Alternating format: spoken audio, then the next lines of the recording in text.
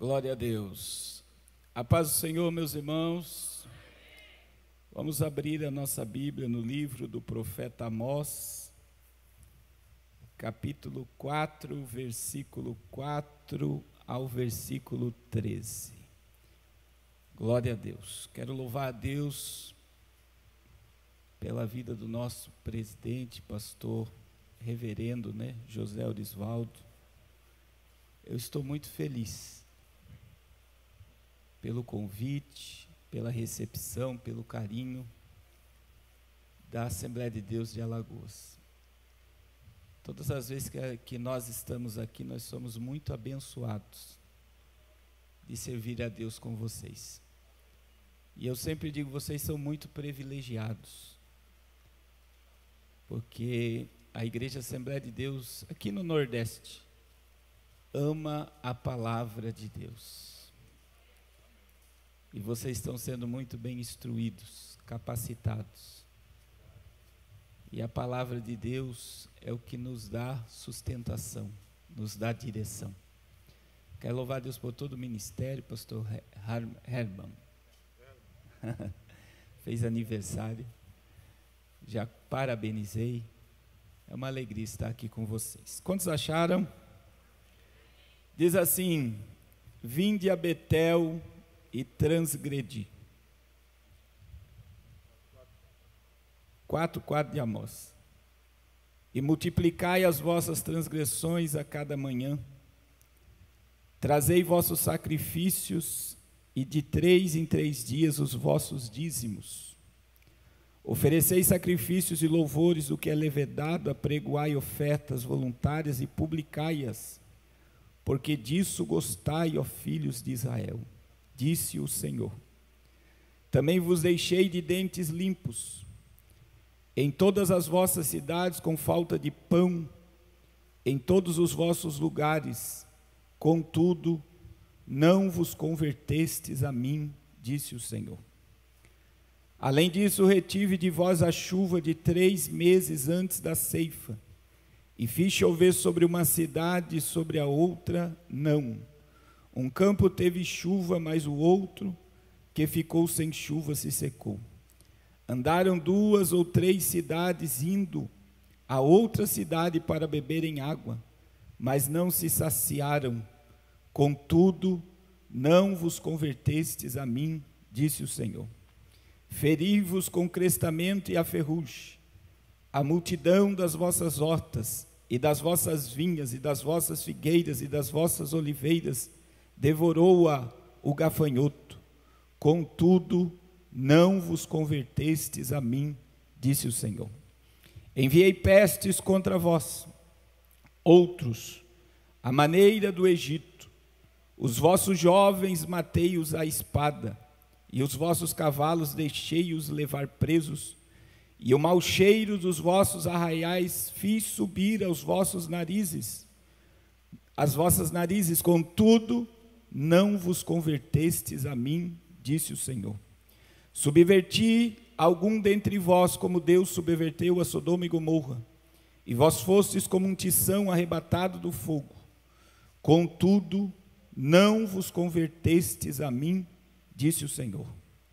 Portanto, assim te farei, ó Israel, e porque isso te farei, prepara-te, ó Israel, para te encontrares com o teu Deus. Porque é Ele quem forma os montes e cria os ventos, e declara ao homem qual é o seu pensamento, e faz da manhã trevas e pisos altos da terra. Senhor, Deus dos exércitos, é o seu nome. Glória a Deus. Glória a Deus. Repita comigo: prepara-te, ó Israel, para te encontrares com o Senhor teu Deus. Meus irmãos, no final estará ali umas camisetas como essa.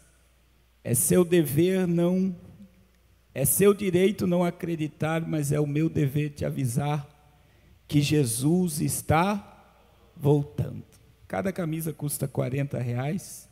É uma forma também de abençoar o nosso ministério. Meus irmãos, Após a morte de Salomão, Roboão e Jeroboão se dividiram.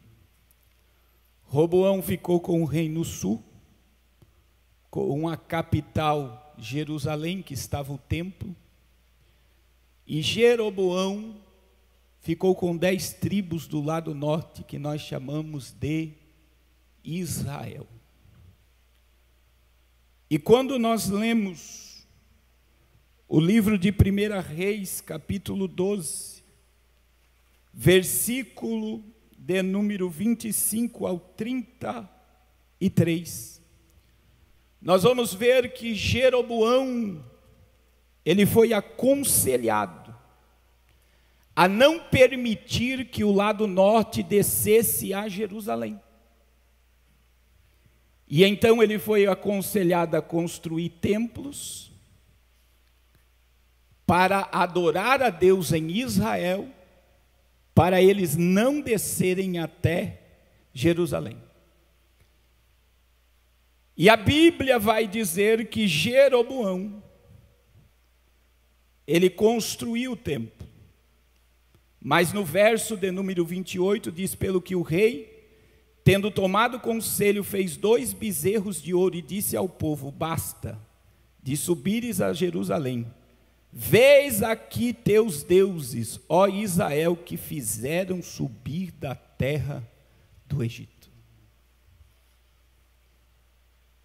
Então Jeroboão construiu. Nós conhecemos os altares, mas os templos do reino norte, eles estavam situados em Betel, Gilgal e Berseba. Berseba era caminho de Jerusalém, então o povo não ia para Jerusalém, eles paravam em Berseba. Betel era o templo onde tinha um palácio do rei do lado, porque eles amavam cultuar no templo de Betel. E Betel é o mesmo lugar onde Deus apareceu para Jacó. É o lugar da escada que Jacó dormiu na pedra, e ele via aquela escada e anjos subindo e descendo, e disse: esse lugar não é outro lugar senão a casa de Deus. Betel era a casa de Deus para aquele povo. E Gilgal, existia outro templo que tinha lá também o bezerro de ouro. E Gilgal era o lugar, foi o primeiro lugar que o povo herdou na terra prometida. Se você estudar sobre Gilgal, você vai ver que existia um rancho de profeta. Você vai ver que todas as vezes que Israel saía para a batalha de Gilgal, eles ganhavam as batalhas. Só que agora, irmãos, Deus levantou profetas para advertir a nação de Israel, o reino norte. Elias, Eliseu, Oséias e Amós são os mais conhecidos. E veja que Amós, o boiadeiro, plantador de sicômoros ou de figos, ele foi levantado por Deus para profetizar a destruição e a ruína de Israel. E aqui, quando você olha para o que Amós está profetizando, Amós vai detectar no meio daquele povo algo terrível. E veja que o culto que aquele povo estava oferecendo a Deus foi chamado de transgressão. Vinde a Betel e transgredi, e a Gilgal e multiplicai as vossas transgressões. E se você for olhar, aquele povo vivia no ritualismo religioso. A Bíblia vai dizer no verso 4 e 5 que eles traziam seus dízimos a cada 3 dias e as suas ofertas a cada manhã. Eles amavam aquele lugar, o templo, E quando você vai estudar, você vai ver que os judeus, eles dizimavam uma vez por ano ou a cada 3 anos. Mas esse povo, eles dizimavam a cada 3 dias. Todos os dias eles ofereciam sacrifícios do que era levedado. E eles publicavam ainda, se fosse hoje eles iriam trazer as suas ofertas, e iriam postar no Facebook, no Instagram. Porque neste período aqui, Israel, no reinado de Jeroboão II, estava vivendo uma prosperidade tremenda. E aí a pergunta é, por que Deus estava chamando aquele culto de transgressão? Primeiro, porque tanto em Betel como em Gilgal tinha um bezerro de ouro sendo cultuado, e o povo não se apercebia que estava adorando o bezerro de ouro. Outra coisa, quando você estuda, você vai ver que para ser sacerdote, tinha que ser da linhagem de Levi. Mas você sabe o que Roboão fez? A Bíblia vai dizer, no livro de 2 Reis, 1 Reis capítulo 12, versículo de número 32. E fiz uma festa no 8º mês, no 15º do mês, igual à festa que se fazia em Judá. E sacrificou no altar semelhante fez a Betel, e ofereceu sacrifícios ao bezerro de ouro que fizera, e também em Betel estabeleceu sacerdotes dos altos que levantará. Os sacerdotes que ofereciam sacrifício em Betel e em Gilgal, não era da linhagem de Levi. O culto estava fora do princípio. E queridos, eles estavam trazendo pão fermentado, levedado. E eles achavam que estava tudo bem. E a teologia do Reino do Norte é: nós somos o povo escolhido. Deus nos tirou da terra do Egito, Deus nos deu essa terra. Jamais Deus vai nos destruir. E eu gosto muito de Amós 3:3, porque olha o que diz a palavra em Amós 3:3. Deus vai dizer a Israel: de todas as famílias da terra, somente a vós outros vos escolhi. Você sabe o que Deus está dizendo? Eu separei vocês de todas as nações. Eu escolhi vocês, vocês são o meu povo. Mas olha o que Deus está dizendo aqui, no verso 2. Portanto, eu vos punirei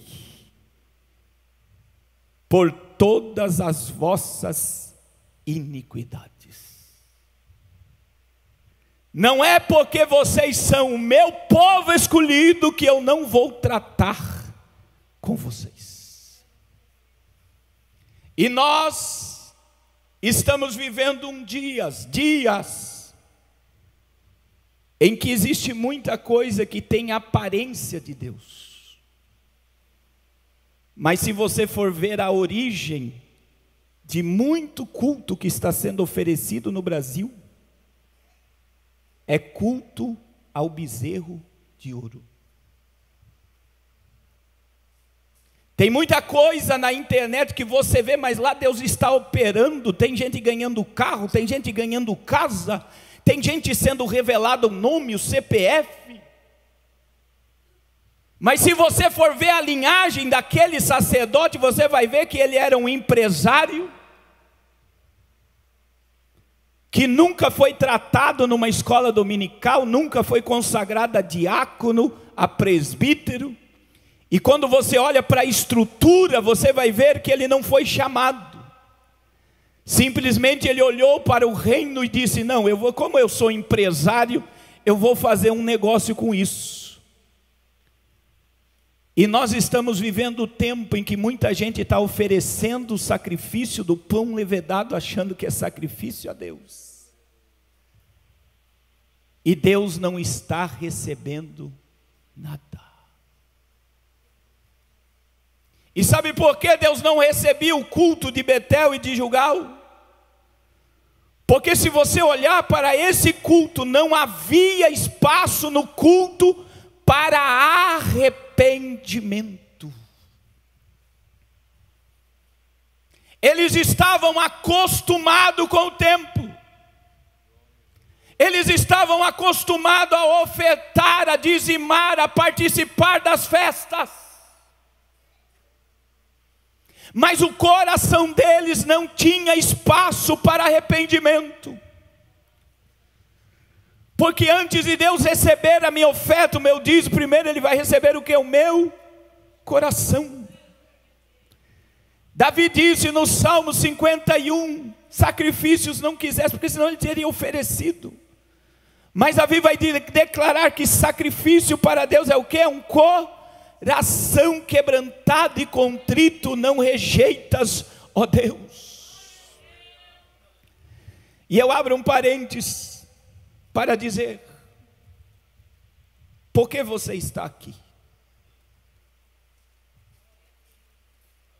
Será que nós não estamos vivendo uma religião do piloto automático? Nós nos acostumamos a participar do grupo, nos acostumamos a vir à igreja, nos acostumamos a dizimar e ofertar. E muitas das vezes nós já estamos obesos espiritual, nós escolhemos quem vai pregar hoje, quem vai cantar hoje. Nós queremos escolher o cardápio para vir ao culto, como se nós fôssemos o centro do culto.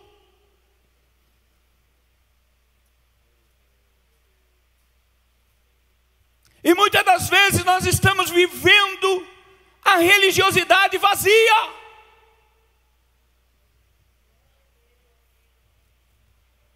Será que há espaço no nosso coração para nos arrependermos dos nossos pecados? Você vai ver que Amós convidou, o Senhor convidou o povo: vinde a mim.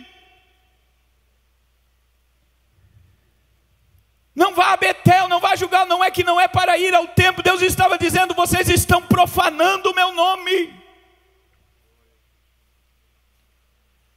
Querido, em nome de Jesus,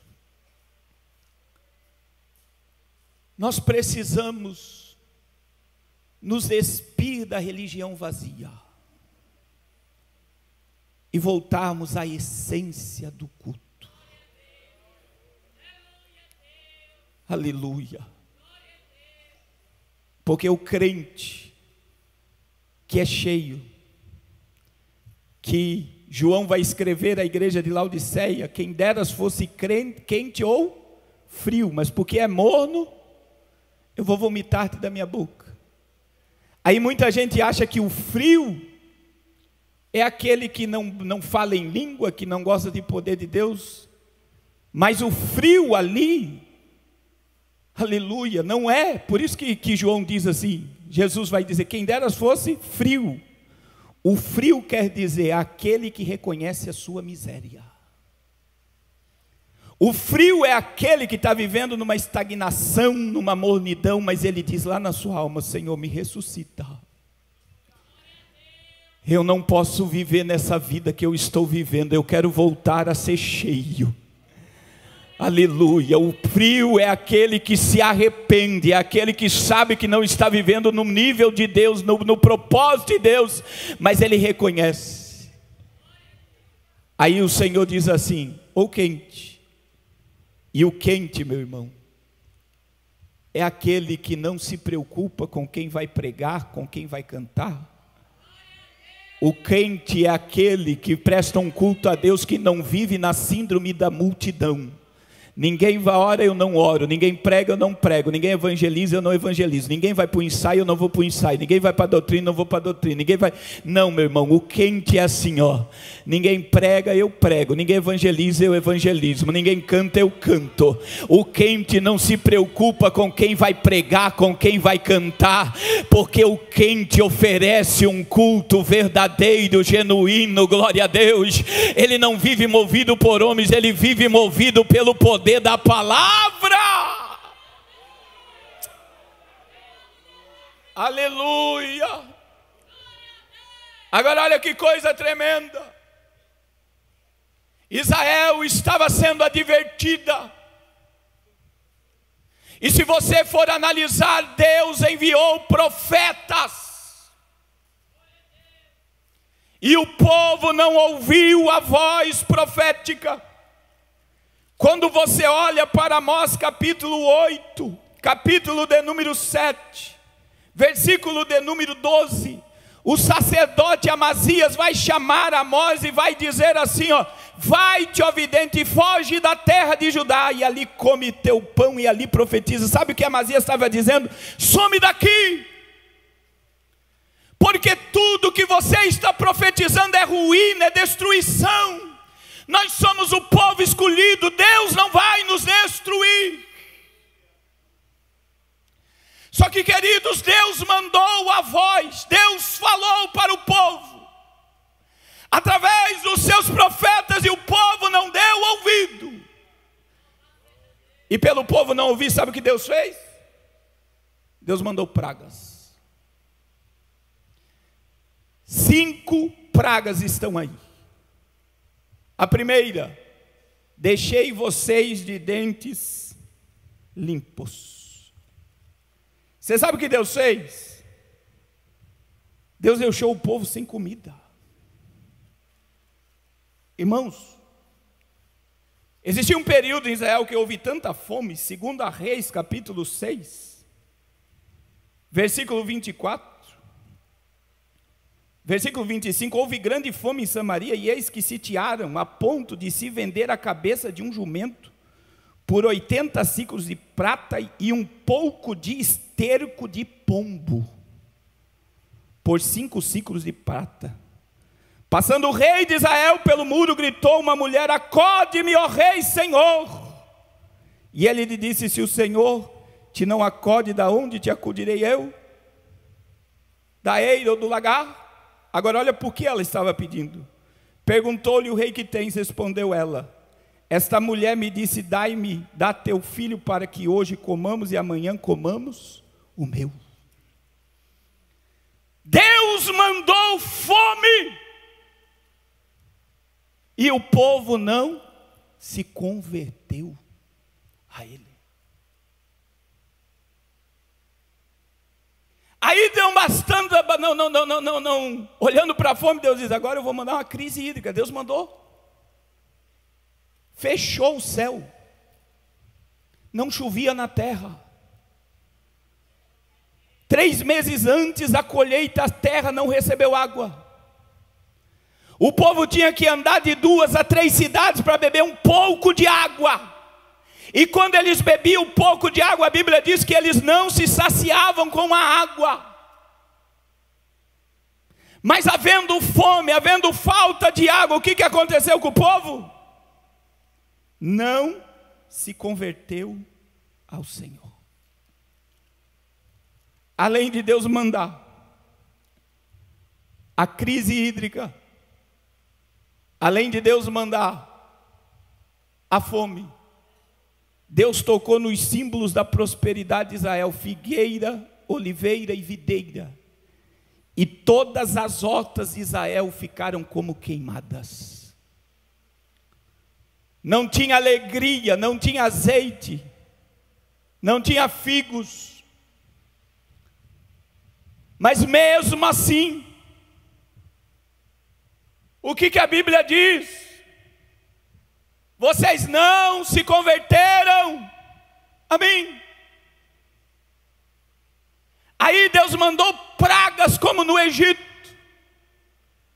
houve mortandade entre os animais e os homens, a ponto que o mau cheiro subia na narizes do povo. O povo sentia o mau cheiro, o odor de corpos em putrificação.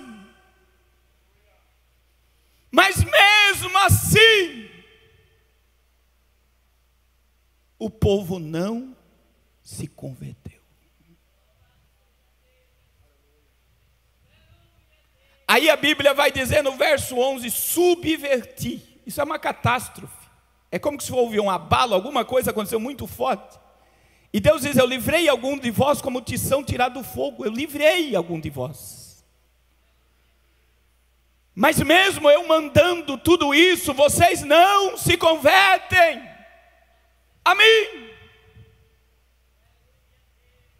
E porque o povo não ouviu os profetas, porque o povo não viu Deus nas pragas, já que vocês não ouvem os meus profetas e vocês não me enxergam na crise, se preparem, Israel, porque sou eu mesmo que vou descer contra vocês. Aleluia. Irmãos, quando você olha para Amós capítulo 3, verso 9, você vai ver que Deus chamou os reis da terra. Sabe para que Deus chamou os reis da terra? Para testemunhar o pecado do seu povo. Deus chamou os reis da terra, 3:9, para ver o que ele iria fazer com o seu povo. Fazei ouvir isto aos castelos de Asdod e nos castelos da terra do Egito, e dizei, ajuntai-vos sobre os montes de Samaria. Você sabe o que ficou as montanhas de Samaria? Uma arquibancada. Venham para cá ver o que eu vou fazer. Venham ser testemunha do que eu vou fazer. Ajuntai-vos sobre os montes de Samaria e vede que grandes tumultos há nela, e que opressão há no meio dela. Verso 10, porque Israel não sabe fazer o que é reto, diz o Senhor. E é muito forte, porque Deus está chamando o ímpio para ver o que ele vai fazer com o seu povo. Mas isso aqui tem uma mensagem. Deus traz os reis para ver o que ele vai fazer com Israel, para dizer aos reis, se eu tenho coragem de fazer isso com o meu povo, imagine o que eu vou fazer com vocês. Aleluia. E queridos, porque Israel caiu, o lado norte foi totalmente destruído. Sabe por quê? Repita comigo, porque eles não obedeceram o princípio da palavra. Deuteronômio 28. Quando nós lemos Deuteronômio 28, o Senhor fala para os obedientes. Se Israel tivesse em obediência, olha o que iria acontecer. Verso de número 12. A seguir, você pode ler do 1 ao 15 depois, mas vamos do 12, por causa do tempo. O Senhor tirará abundâncias de bens. Se Israel tivesse em obediência no fruto do teu ventre, no fruto dos teus animais, no fruto do teu solo, na terra que o Senhor, sob juramento a teus pais, prometeu te dar-te. O Senhor te abrirá o seu bom tesouro, o céu, para te dar chuva. Não haveria falta de chuva na tua terra e no seu campo, para abençoar toda a obra das tuas mãos. Emprestarás a muita gente, porém tu não tomarás emprestado. O Senhor te porá por cabeça e não por cauda, e só estarás em cima e não embaixo, se obedeceres o mandamento do Senhor teu Deus, que hoje te ordeno para guardar. Mas olha o que diz o verso 15. Será, porém, que se não deres ouvidos à voz do Senhor teu Deus, não cuidando em cumprir todos os mandamentos e os seus estatutos que hoje te ordeno, então virão todas essas maldições sobre ti e te alcançarão. Verso 20, quando você pega do 20 ao 26, só esse texto, do 20 ao 26, você vai ver que Deus vai falar: eu vou transformar o céu de bronze e a terra será como ferro, e a chuva que vocês vão receber será poeira. Eu vou tocar no gado, eu vou tocar em tudo. Eu vou mandar as pragas do Egito. Haverá cadáveres no meio de vocês. Tudo que Amós profetizou está aqui do verso 20 ao 26. Então por que Deus permitiu? Por que Deus foi contra? Porque Israel não quis obedecer o princípio. E aí talvez você venha me dizer: pastor, nós estamos na era da graça, porque hoje é a hipergraça, né? Nós estamos na mesma teologia de Amós, nós somos o povo escolhido. Mas muitas das vezes, meus irmãos, a crise chegou na tua casa, as portas estão fechadas, teus filhos estão em rebelião, você está correndo de um lado para o outro, e muitas das vezes você não vê que tudo que você está vivendo é porque você não está obedecendo a palavra. Esta geração está vivendo num tempo de apostasia contínua. Nós estamos vivendo numa era em que muitos se autodisciplinam, que muitos acham que são donos de si, não se arrependem, e Deus começa a apertar, porque a mão de Deus pesa. Mas mesmo assim, o que acontece? O povo não se converte. E querido, em Gálatas capítulo 6, verso 7, o apóstolo Paulo diz: isso é na graça. De Deus não se zomba. Tudo que o homem semear, ele vai colher. E se semear na carne, você colhe corrupção. Nós estamos vivendo o tempo em que muitos estão vivendo uma vida promíscua, uma vida de qualquer forma, e achando ainda que está tudo bem. E Deus começa a ferir, Deus começa a tocar, Deus começa a mostrar, porque hoje as pessoas acham: não, Deus é amor, Deus jamais fará isso. É a palavra que diz que Deus castiga e açoita a todo filho que ama. Você sabe por que muitas coisas estão acontecendo na tua vida? Porque você deixou de viver o que a palavra diz para viver.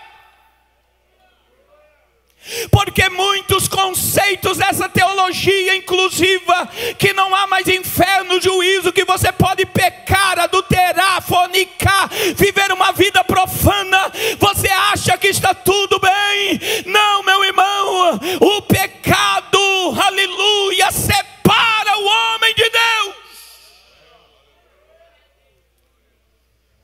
É tempo de arrependimento. É por isso que na ceia diz: examine-se, pois, o homem a si. E é por causa de um homem não se examinar a si mesmo que há entre vós muitos que dormem.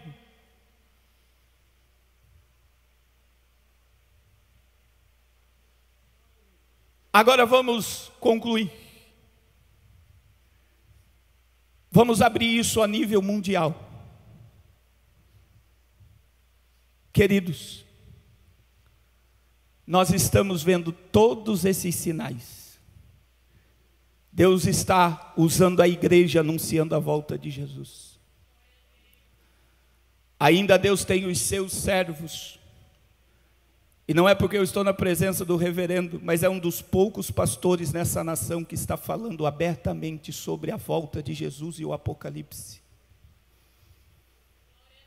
Deus está alertando. Voltem-se, arrependam-se, humilham-se, coloca a tua casa em ordem, a tua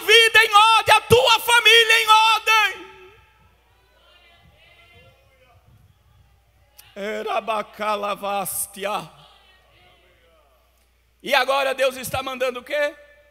Pragas. A fome já está abatendo 1,3 bilhão de pessoas. E a fome vai se multiplicar. A escassez de alimento, irmão, só no ano passado, nos Estados Unidos, foi destruído 22 armazéns de alimento. Procure isso na internet. Explosões em armazém de alimento. Está sendo provocada uma crise alimentar. Agora aqui, na Argentina, você sabe o que eles fizeram? Eles destruíram mais de 500 mil ovos, por causa de uma pseudo gripe aviária. E o dono do armazém, ele está dizendo, eu tenho essa reportagem, sabe o que ele diz? Foi detectado nada aqui, mas o governo mandou destruir todos os ovos. Além disso, se houver aquela crise, aquela guerra entre Taiwan e China, a fronteira do Pacífico, uma das fronteiras vai fechar. E muita coisa não vai voltar para cá. Uma crise de abastecimento. Nos Estados Unidos, ontem eu vi vídeos que está faltando alimentos nas prateleiras, como no Reino Unido e na Europa. Deus está mandando pragas. Crise hídrica. Você sabe por quê? Está faltando água já em vários lugares do mundo. E a previsão é que no próximo ano, 80 nações estejam sem um pingo d'água. Vai ser totalmente água importada para 80 países na terra. A água já está na bolsa de valores. Eu pregava isso em 2008 e eu falava, vai chegar um dia que a água vai ser comercializada como petróleo. E esse dia chegou.